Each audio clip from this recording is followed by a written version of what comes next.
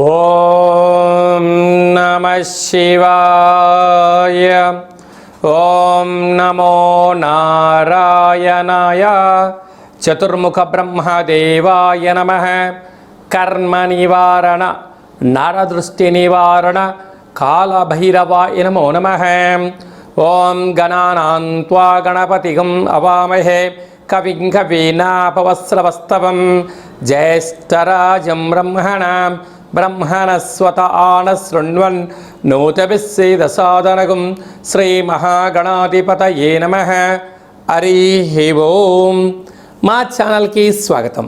చూస్తున్న వీక్షకులకు ప్రేక్షకులకు ప్రియ కాళభైరవ భగవద్బంధులకి స్వాగతం పలుకుతూ మమ్మల్ని ఎంతగానో ఆదరిస్తూ ఉండబడినటువంటి ప్రియ సోదర సోదరీమణులకు, జ్యోతిష్ అభిమానులకు, సనాతన ధర్మ సంరక్షకులకు అందరికీ కూడా అందరికన్నా ముందుగా వినాయక చవితి పండగ శుభాకాంక్షలు.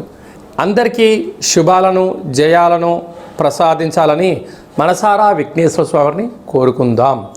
16/8/2025 నుండి 31/8/2025 వరకు పుట్టినటువంటి వారందరికీ కూడా ముందస్తుగా జన్మదిన శుభాకాంక్షలు. గతంలో వివాహం చేసుకున్న వారికి వివాహ వార్షికోత్సవ శుభాకాంక్షలు. ద్వాదశ రాశుల్లో గ్రహ గమనాన్ని ఒకసారి వీక్షింపచేద్దాం. మిథున రాశిలో గురువు మరియు శుక్ర సంచార స్థితి, కర్కాటక రాశిలో బుధ సంచార స్థితి, సింహరాశిలో రవి మరియు కేతు సంచార స్థితి, కన్యరాశిలో కుజ సంచార స్థితి, కుంభరాశిలో రాహు సంచార స్థితి, మీనరాశిలో శని భగవానుడు సంచార స్థితితో ద్వాదశ రాశుల్లో గ్రహ గమనాలు ఈ విధంగా ఉన్నాయి. కన్యరాశి వారు శ్రావణమాస బహుళాష్టమి శనివారము, శ్రావణమాస అమావాస్య శనివారం రోజు రావడం వలన అమ్మవారిని పూజించడం స్మరించడం వలన లక్ష్మీ కటాక్షం ఎలా పొందాలో ఈ వీడియోలో సవివరంగా సంపూర్ణంగా తెలుసుకుందాం. కన్యరాశిలో ఏ నక్షత్రాలు వస్తాయనగా ఉత్తరా నక్షత్రంలోని 2, 3, 4 పాదాలు, హస్తా నక్షత్రంలో 4 పాదాలు, చిత్తా నక్షత్రంలో 1, 2 పాదములు కలిపితే కన్యరాశి. రాశాధిపతి బుధ భగవానుడు.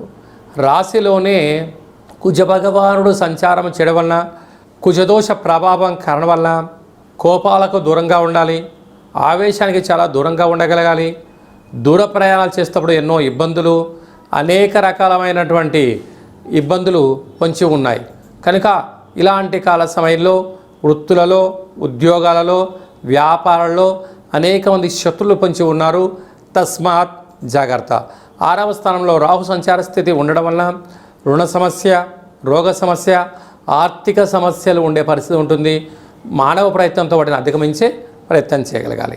7వ స్థానంలో శని భగవానుడు ఉండడం వల్ల వివాహ ప్రయత్నం చేసేవారికి యోగదాయకము. భార్యాభర్తలు అన్యోన్యత అవసరం, ప్రేమికుల మధ్య నమ్మకం కూడా చాలా అవసరం అని చెప్పి కూడా గమనించగలగాలి.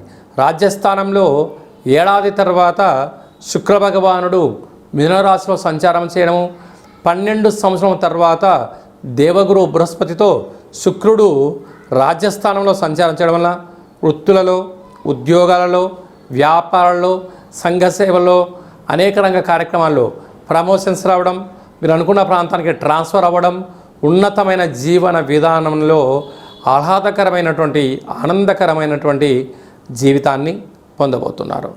ఏకాదశ స్థానంలో బుధ భగవానుడు ఉండడం వలన మీ బుద్ధి సత్ప్రవర్తన, ఆధ్యాత్మిక చింతన ఉండడం వలన అనంతమైన సంపద, స్థిరాస్తులు, చిరాస్తులు, గృహాలు మీ సొంతం కాబోతున్నాయి. ఏడాది తర్వాత రవి భగవానుడు సింహరాశిలో స్వక్షేత్రకంగా వ్యయంలో సంచారం చేయడం వల్ల అనవసరమైన ఖర్చులు, పోలీస్ స్టేషన్లు, కోర్టు సమస్యలు, అనారోగ్యమైనటువంటి బాధలు పొందే పరిస్థితి ఉంటుంది.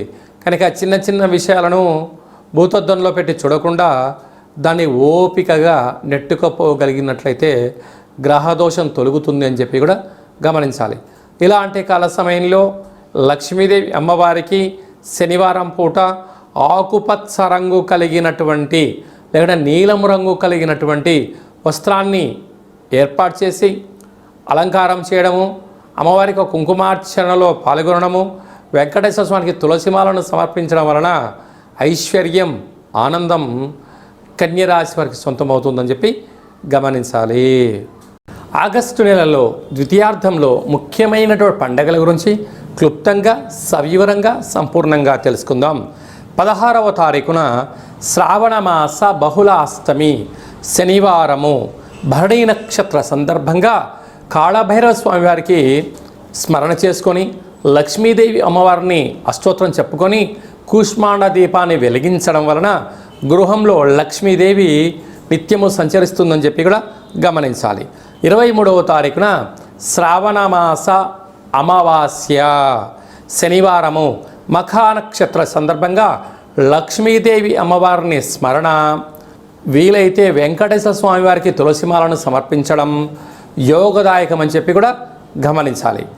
అది ఏ కాకుండా మనకు భాద్రపద మాసము ప్రారంభం కూడా అవుతుంది 24వ తారీఖు నుంచి. 27వ తారీఖున వినాయక చవితి పండగ మనకు.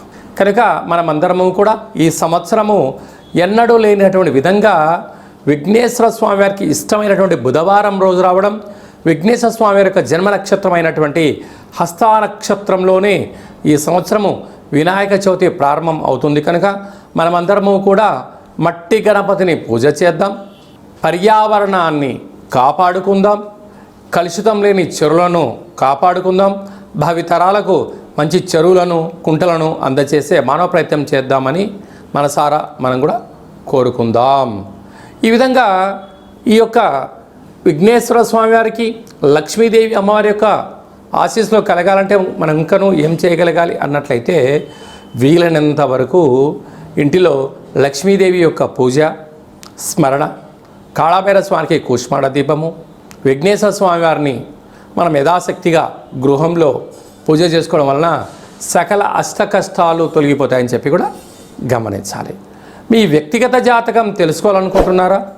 మీ పుట్టినటువంటి తేదీ, నెల, సంవత్సరం, సమయం మీరు వ్రాసి వాట్సాప్లో పంపించగలరు.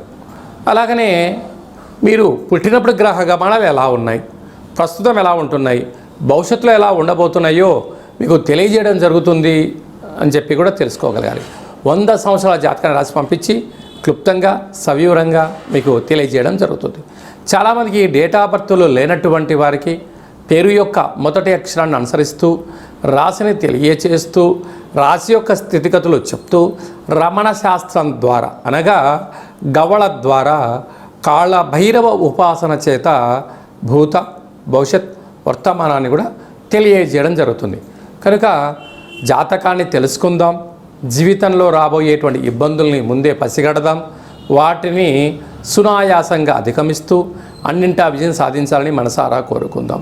కనుక వ్యక్తిగత జాతకం తెలుసుకోవాలనుకుంటున్న వారు ఈ కింది నెంబర్ సంప్రదించి అపాయింట్మెంట్ తీసుకొని సంప్రదించగలరు.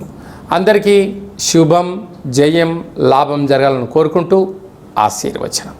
ఓం శతమానం భవతి శతాయు పురుష సతేంద్రియ ఆయుష్యేవేంద్రియే ప్రతిష్టతి. ధనం ధాన్యం బహుపుత్రలాభం శత సంవత్సరం దీర్ఘమాయు. సర్వే జనా సుఖినో భవంతు, లోకా సమస్తా సుఖినో భవంతు. సర్వం విఘ్నేశ్వరార్పణమస్తు. హరి ఓం.